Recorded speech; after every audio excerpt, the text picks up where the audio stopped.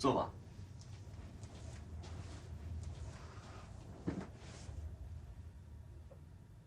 别害怕，就算前面坐满了人，你翻译你的，不要受干扰。你告诉你自己，交船的时候不是也是这么多人吗？现在只不过多了这么一个同船间而已，没什么大不了。我现在准备放录音了，你先听一遍，我们先来一遍交船，这样你可以闭着眼睛翻。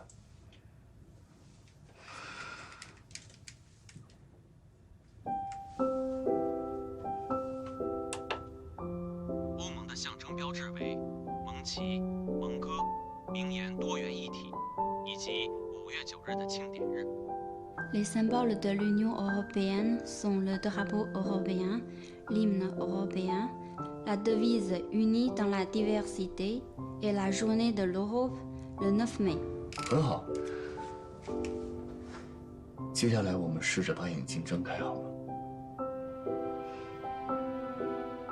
那好，我们一步一步慢慢来。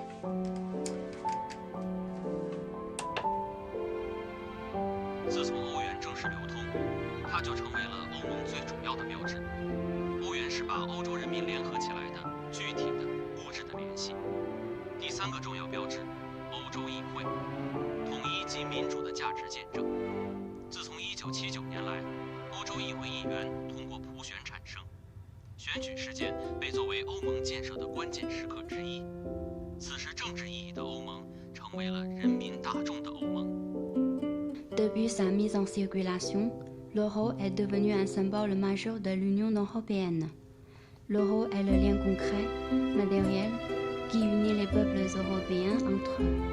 Troisième symbole important, le Parlement européen témoigne des valeurs d'unité et de démocratie. Depuis 1979, les députés européens sont élus au suffrage universel. L'événement est présenté comme l'un des moments clés de la construction européenne, celui où l'Europe politique devient une Europe des peuples. 非常好。接下来，我们试着同船怎么样？别紧张，别紧张，把眼睛睁开。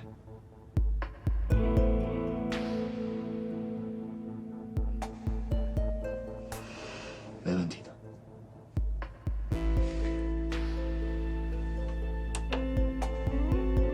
欧盟的象征标志为盟旗、盟歌、名言多元一体， Les 以及5 symboles 月 de 9日的庆典 l'Union 日。 européenne, 自从欧元正式流通，它就成为了欧盟最主要的标志。不行，欧元是把欧洲人民联合起来的具体的。不行，我看到外面我就觉得心慌。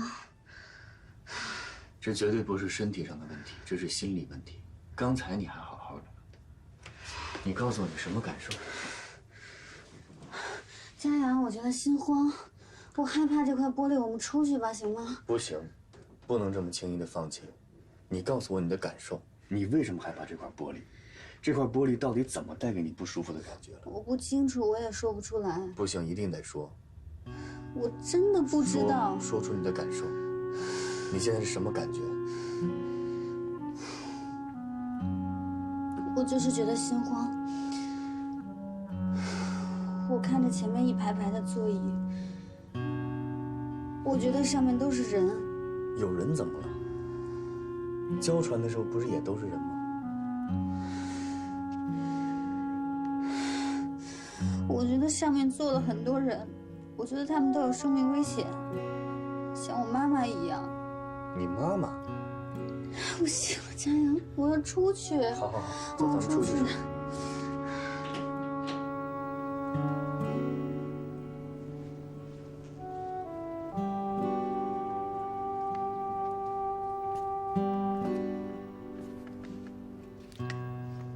喝口水。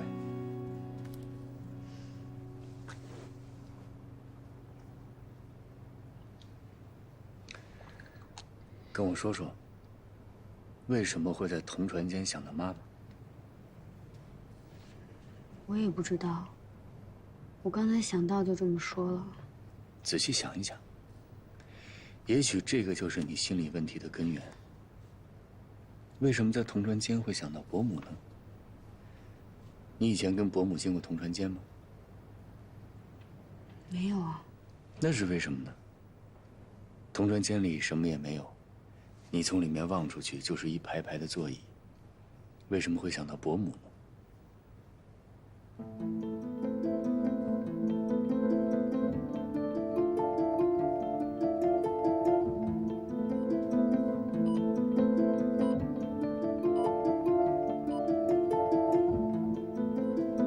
想到什么了？佳言，我好像找到我自己害怕同船间的原因了。我以前只跟你说过，我妈妈得病了，但没跟你说过具体的，对吧？大一那年，我妈妈开始经常会打嗝，我们以为她是犯了肠胃炎之类的肠胃病。后来有一阵，她开始晕倒，我们就把她送到医院。医生告诉我们，她得了海绵状脑部血管瘤。海绵状脑部血管瘤，那不是我哥的研究方向吗？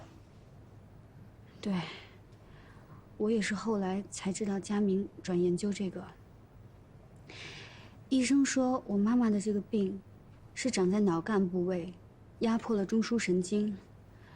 如果颅内出血的话，就必须要动手术。就算动手术，也只有50%的成功率。而且就算手术成功，也还是有可能会复发。所以那个时候，我觉得自己整个人都绝望了。我那段时间觉得自己一直处于精神抑郁的状态，所以才想要去看心理医生，才认识了高佳明。没想到你承受了这么多东西。好了，这些事儿都过去了。从今往后，有任何困难，我和你一起面对。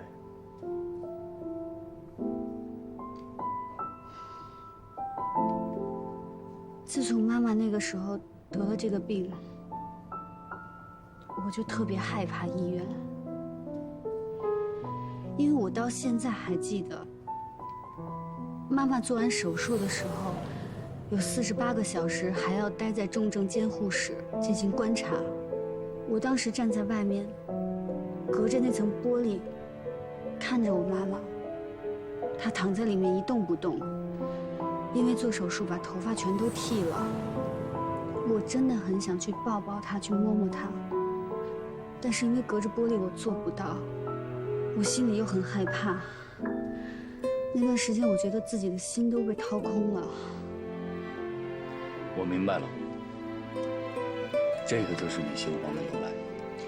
我大学的时候第一次进同船间，我就当时一直心慌，没办法翻译，我就一直想逃避。刚才多亏你一直强迫我待在同船间里，不然我到现在都不知道自己为什么害怕同船。这下好了，问题找到了，我们现在就想办法去解决。如果解决不了呢？如果我就是没办法进行同船呢？你看，你又来。昨天我还在担心，你这是与生俱来的天性，今天就找到问题的根源了。只要不是天性，就一定有办法克服。就像翻译一样，有的人翻译速度很快，但是准确率很低。有些人翻译速度很慢，但是准确率高。每个人都有自己的短板，但只要有意识提高自己的短板，就能增加综合素质。那你的短板是什么？就是你啊！告诉你，田主任都认为你能成为一名好的翻译。我怕让你们失望。只要你不绝望，就一定有希望。太好了！看来我这一晚上没睡没有白费，我们有突破性进展。走，带你吃早餐去。你真傻，你怎么真在这儿等了我一晚上啊？离家部的会还有一定的时间，我先陪你回家，你去洗个澡。好，走。老慢去。哎呦，昨天晚上你家黑了。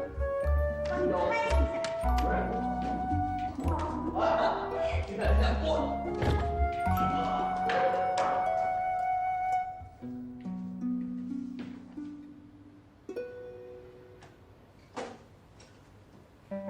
变态，给你煮了白粥，在厨房搁着呢。变态，别忘了啊，药不能停，没事别找我。哦，还有，只许膜拜我，不许爱上我。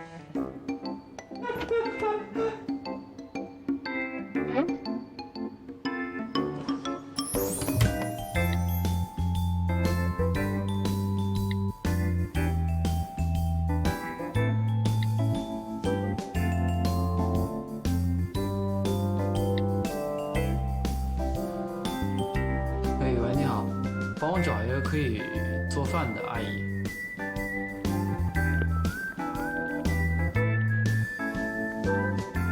先生，粥马上就好了。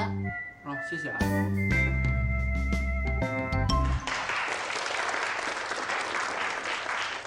最后，欢迎王储阁下和太太的来访，对你们的慷慨和热情表示衷心的感谢。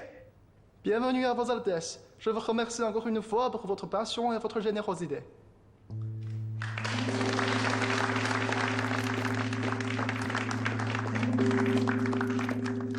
你们的翻译很快。馆长可能一时紧张，忘了修改演讲稿。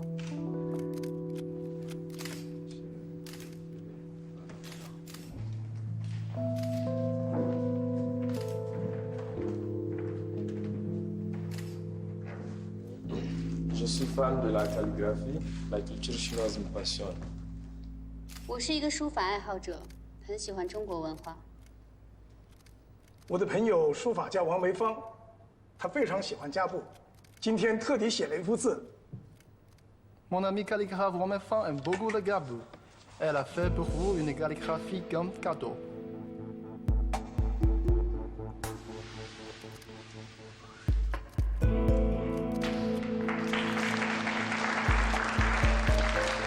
啊，quel beau caractère. À Kaboul, la situation des femmes s'améliore chaque année et pas mal de femmes deviennent artistes. Et je m'engage personnellement à l'amélioration des conditions de vie des femmes. Et pour cette même occasion, nous pouvons profiter pour inviter Wang Meifang à visiter le Kaboul. 好字，在家部，女性的地位也在逐年提高，也有不少女性成为艺术家。她本人也致力于提高女性地位。啊，王梅芳非常尊重女性，她也有很多女弟子。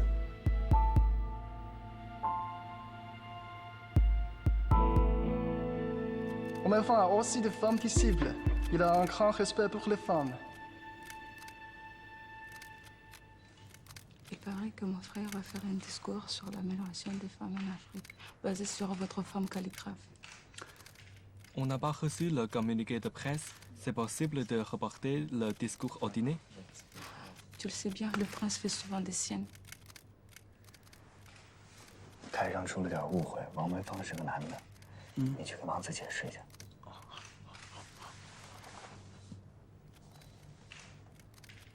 Vous s'était trompé, Wang Meifang est monsieur. Désolé.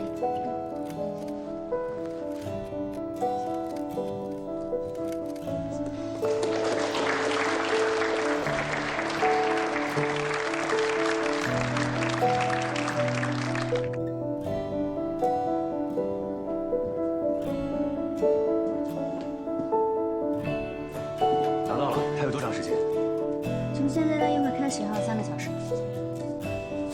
你们抓紧分，一会儿我过来校对。好。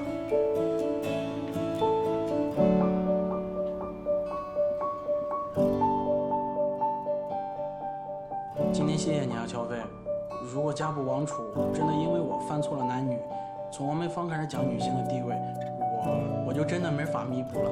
我之前就跟你说过，这家部王储想干嘛就干嘛。这王梅芳这名字听起来确实像女的哈。我也是之前翻看记录，听到馆长要去王家求字，提到王太太，我当时就觉得奇怪，所以我特地查了一下，才发现他是男的。一开始我还有点怀疑你，你没必要帮我的。哎，我之前在他身上栽的比你狠，咱们法犯处不能来一个栽一个吧？没事的。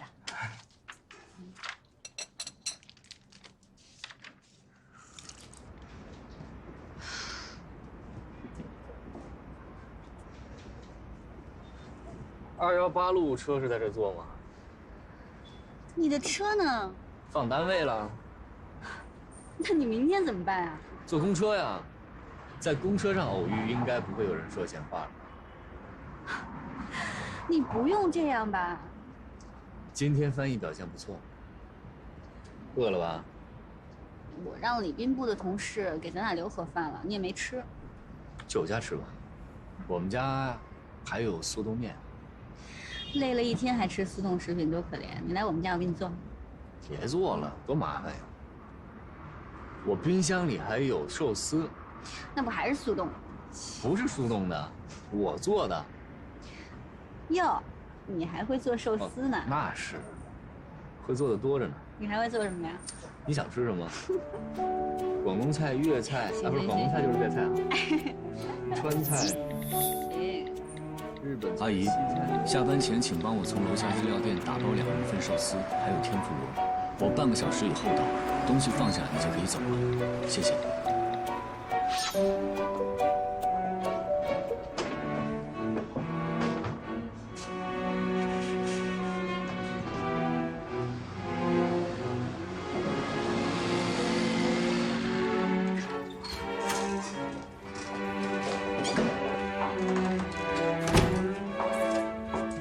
你坐沙发上等着，我给你快。我帮你啊。不用，你坐着等。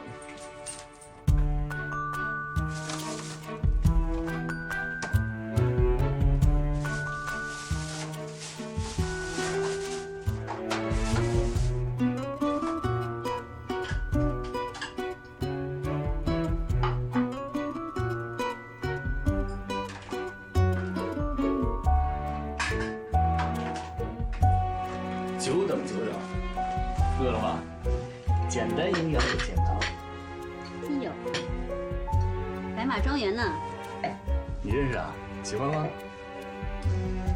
关于这个酒的特色还有历史，我能跟你聊一下午，但是我好像只喝过一次。为什么只喝过一次呢？大部分人都只喜欢拉菲。有品位，有品位吧？像你这种理论家是怎么成为侍酒师的呀？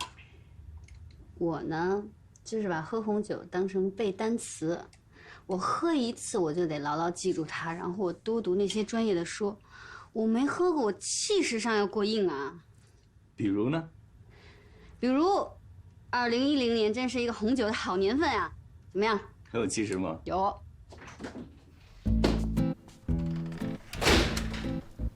哎呀，刚刚好，刚刚好。店里的人说啊，天妇罗凉了就不好吃了。我把寿司先拿上来，又下去买了这个。你们先吃，我就先走了啊。不懂理论也可以做寿司哈。阿姨，稍等一下。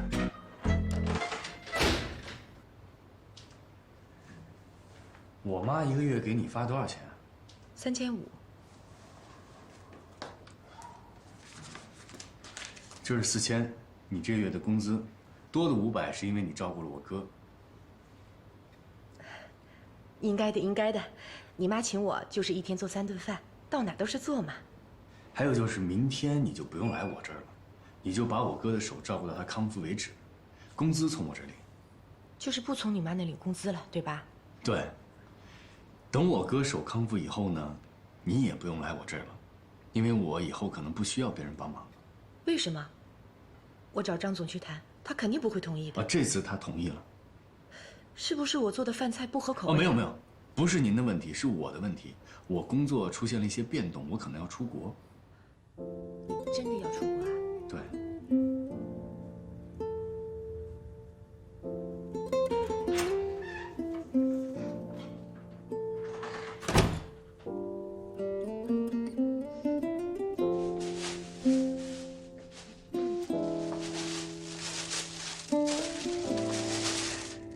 是吧？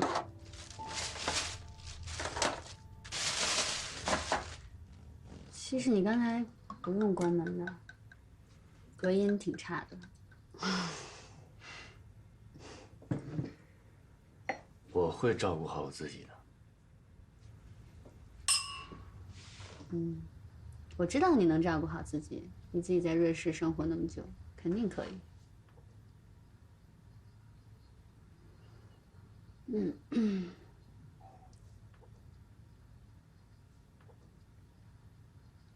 啊，对了，你什么时候走啊？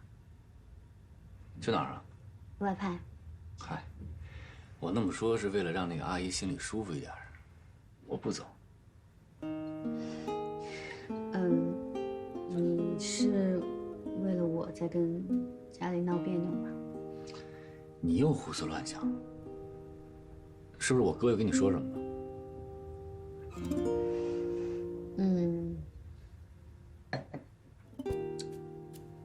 其实我想过，我是你的实习生嘛，你对我好的话，别人会说你是在偏袒；你对我严格，大家也会说那装什么样子啊这种。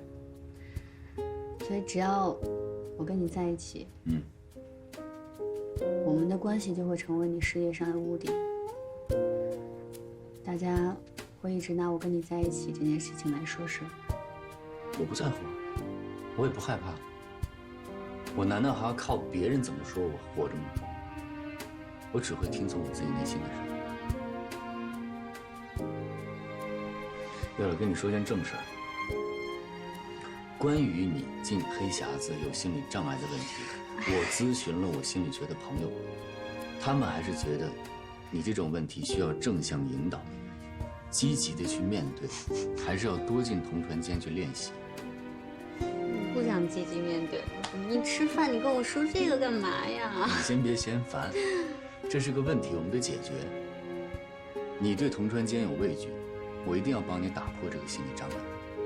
所以，从明天开始，每天我带你进一次同传间。你进去的多了，你自然而然就觉得这是一件很自然的事情，你就不会有这么大的心理负担。起码再听到黑匣子，你不会有这么大的反应。哎呦，别唧唧歪歪了，来，干杯！祝你早日克服同传障碍。我拒绝。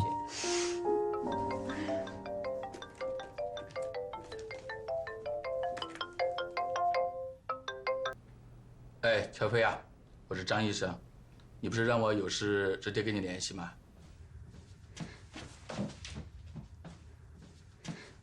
张医生，是不是我妈妈的手？不是的，是今天你妈妈来复查的时候呢，晕倒了，后来呢就恢复知觉了。我带她去神脉检查了一下，还是她的老毛病了，海绵状血管瘤。我记得你跟我说过，你一直想替你妈妈在上海做介入手术。对，医生也说了，一直在等待时机，因为血管瘤长在脑干部位。所以风险很大。是的，我们这儿神脉的李主任也这么说。你不用太担心 ，CT 显示的情况呢还算良好，边界也清晰。但是他让我必须通知你，你妈妈出现晕厥的症状呢，脑干周围啊有个渗血点，证明最近一个阶段要加强注意，密切的观察。如果周围血管有出血前移，就需要立刻手术了。好，我马上回来吧。你也先别急，我建议你尽快和上海这边的医院联系，确定方案，把他接过去。我打电话给你的，就是让你心理准备。手术是势在必行了，你作为家属呢要有了解，但不要过度的担心，干扰患者的情绪。何况你妈妈的心里，你就是她的一切。我明白了，谢谢张医生。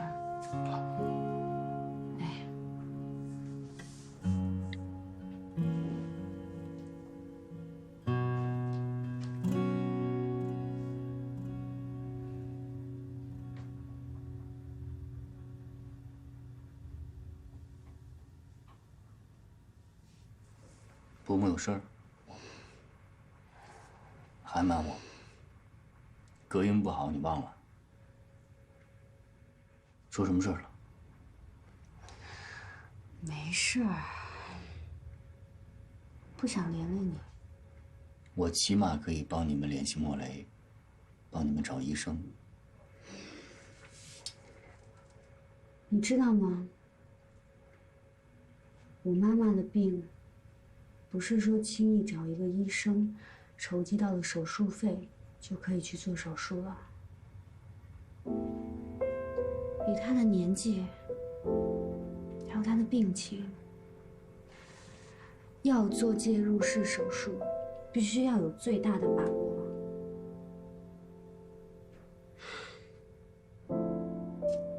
所有人都跟我说，做手术要么成功，要么就是生死一线。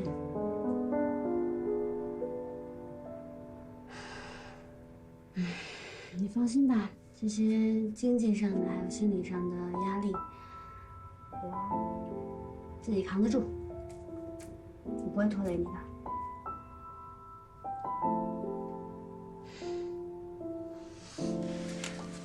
而且，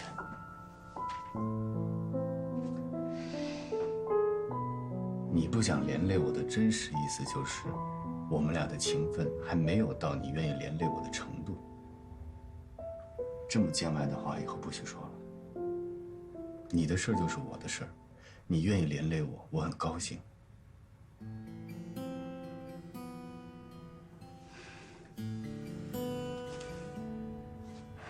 谁？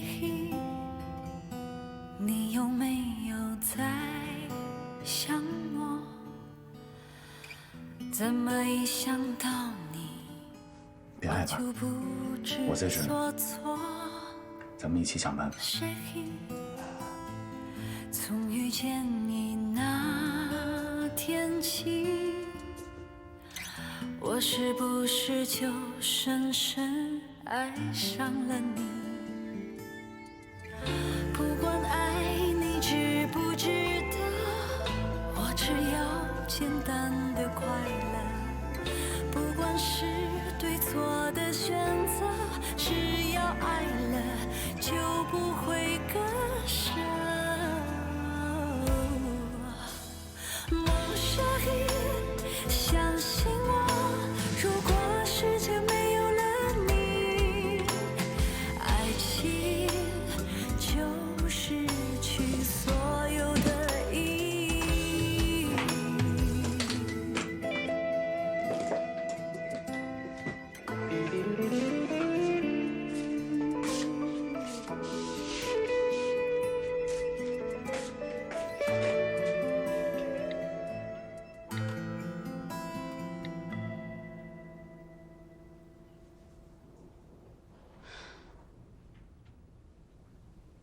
你先别急，乔飞。你妈妈的 CT 明天能快递到上海吗？这样，明天你来医院找我。好。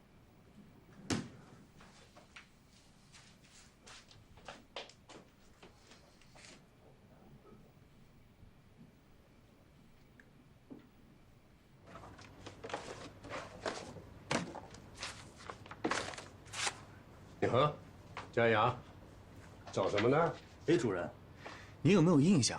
上次瑞士劳卫部来交流的时候，有一个叫莫雷的医生。哦，你找他呀？可以去礼宾部问一下嘛。我当时留了他助理的电话，但我现在打过去已经停机了，而且我也问了随行的一些医生，别人说他现在去非洲了。哎呦，这就不好找了。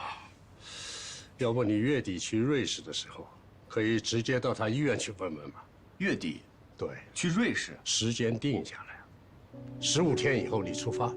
这么快？还快呀！你都等了几年了。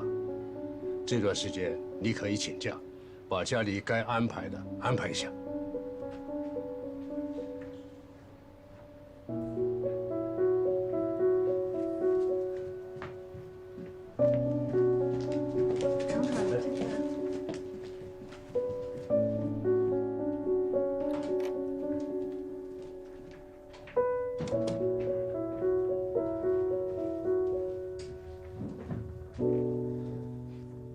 主任，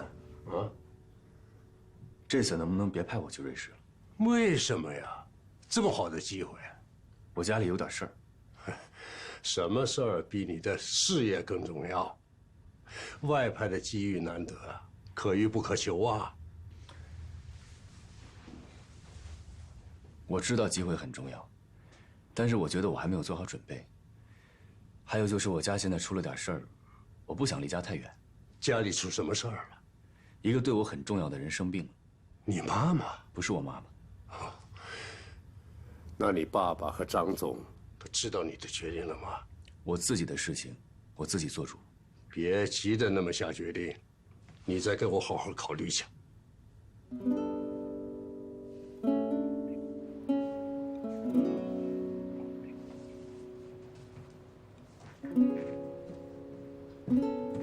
看什么呢？这么入迷？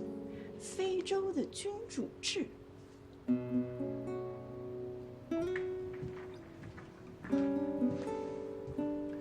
下午没有翻译任务，你们都去训练室训练吧。走吧。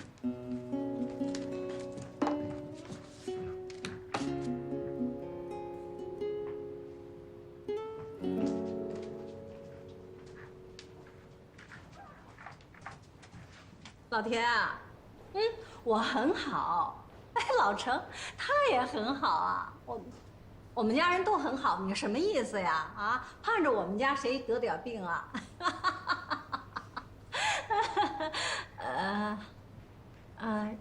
什么？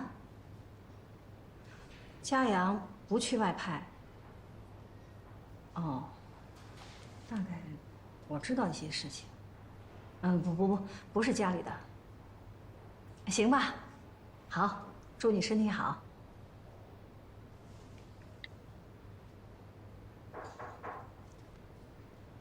进来。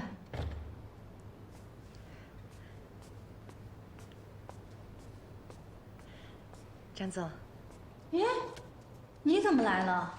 工资没打给你吗？啊，收到了，收到了，我是来退工资的，嘉阳已经给我了，你再给就多了。哦，他怎么说的？他说以后我的工资就他给，但是要我去照顾佳明，等佳明的手完全康复了，他再给我找新的工作。新的工作？嘉阳是不是要外派呀？不知道。我估计大概是他谈恋爱不好意思了。昨天他带回来一个姑娘，长得还挺漂亮的。是不是佳明隔壁的女孩？佳明隔壁住的是谁？我不知道啊。对了，佳明的手怎么样了？他每天练习着缝合，缝个橘子都合不拢，看他挺受罪的。这孩子真是太执着了。这医院里又不是只有他一个外科医生，干嘛这么拼命？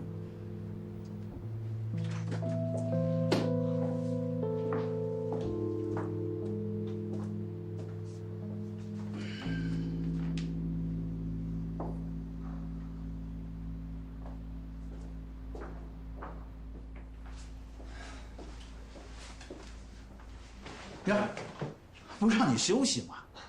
在家待着不踏实。哟，你呀，让你做2台手术啊，你什么就踏实了啊。走。我这次来找您啊，就想跟您说这件事儿。我的手恢复的不是很好。那天的手术不是很成功吗？手术的时候吧，可能太专心了，觉得没什么，手术完就不行了。哦，这样，我安排医院的专家给你会诊一下。哎，主任，我想再观察一段时间，毕竟我这伤啊刚好，而且我暂时还不想让别人知道。啊，我明白。主任啊，我其实是有件事求您的。我有一亲戚，他得的是脑干中枢神经区域的血管瘤，一直在等待最佳手术时期了。如果可能，我想请您和莫雷一起主刀。本来呢，我是想带他去瑞士做手术，但是我担心这个飞机啊会对他的颅内压有影响。你担心是有道理的。那这种手术呢，我建议还是在国内做。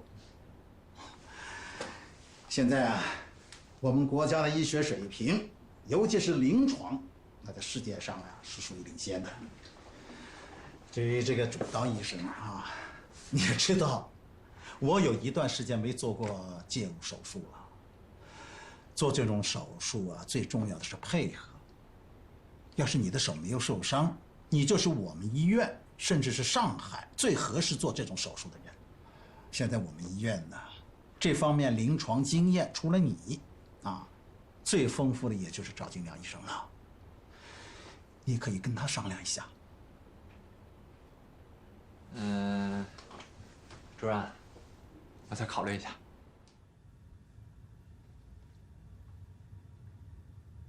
你漏了一句啊！还真是，不像你啊，心不在焉的。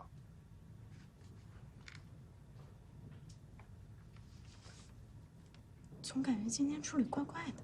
哪天不都这样吗？我去趟厕所啊。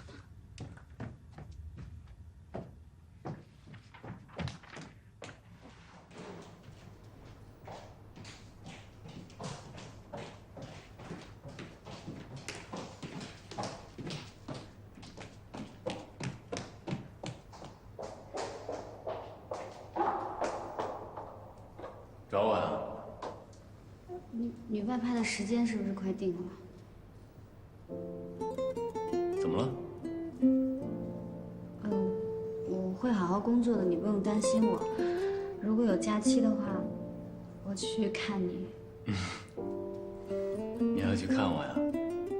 那么好，就为这点事儿冒这么大险跑这儿来？担心你。我有什么好担心的？下班等我。我约了人。谁呀？跟伯母的病有关吗？那是谁呀？比我还重要。就吴佳怡呀，还能有谁啊？我跟他早就约好了。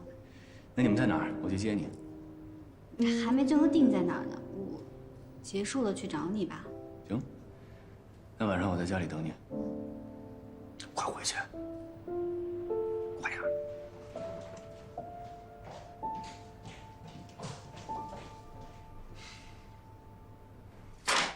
这个呀，就是肾血点，有明显的造影。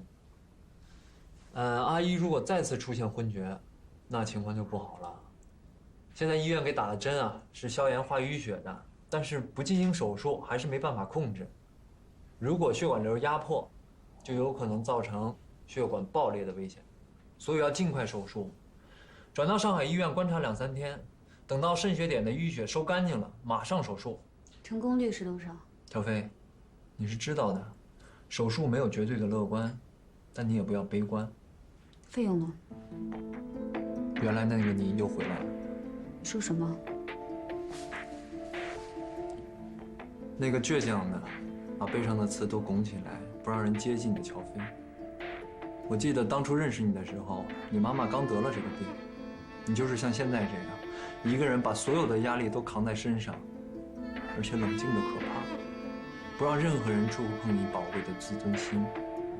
但是不要这样，乔飞，会让关心你的人感到伤心。我现在不想跟你说这个。手术费一共是多少钱？最起码25万吧，开颅手术费7万多，还不算请外国专家的。术后恢复高压氧要10万，头骨修复要8万，这些都是一般材料，还不算进口。25万。钱的问题你不用担心，我可以帮你。不用，钱的事情我会自己想办法。那让程家阳帮你，他是你男朋友，名正言顺，他不处理谁处理？我给他打电话。你别。明白了。你没告诉他你来我这儿吧？看来，这是我们之间的秘密。如果我用这个要挟你，你能不能考虑做我的女朋友？你别胡说了，你不是这样的人。那我是什么样的人？我是一个不希望看到你伤心难过的人。程家阳在哪儿？他为什么不帮你分担？他是你男朋友，他不该让你一个人承受这个。佳阳马上要被外派到瑞士去了，我现在不想跟他说这个，我不想打扰他。打扰？是你的意思还是他的？这个你就别管了。请你密切帮我留意着给我妈妈做手术的医生，医药费我会自己想办法。小飞，你知道的，只要你开口，我愿意帮你，什么我都愿意做。佳明，你也知道我的，佳阳是我男朋友，我都不想拖累他。你这种性格的，有的人会认为你太替别人着想，有的人呢，又觉得你太爱逞强。你知道我怎么看吗？随便你怎么看。我觉得你两者都有，一方面你太善良，又太爱替别人着想；另一方面你又太固执，太爱逞强。没事儿，就算程家阳靠不住，我总在身边吧。有什么我可以帮你的，尽管告诉我。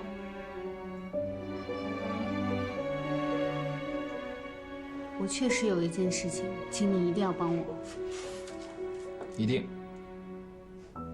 就是关于手术费的事情，请你一定不要告诉佳阳，替我保密。行，但是条件是我来付医药费。医药费我不会要的，我会自己想办法的。你总是这样，记不记得当年你差点害自己得了抑郁症？小飞，自尊心太强是自卑的表现。也许你一直在自欺欺人。你打心眼里知道你和程家阳不是一路人，你们的爱情就像温室里的花朵，一经风雨就会被摧毁，所以你不敢让它经受考验。今天就到这儿吧，我先走。不要再自欺欺人了。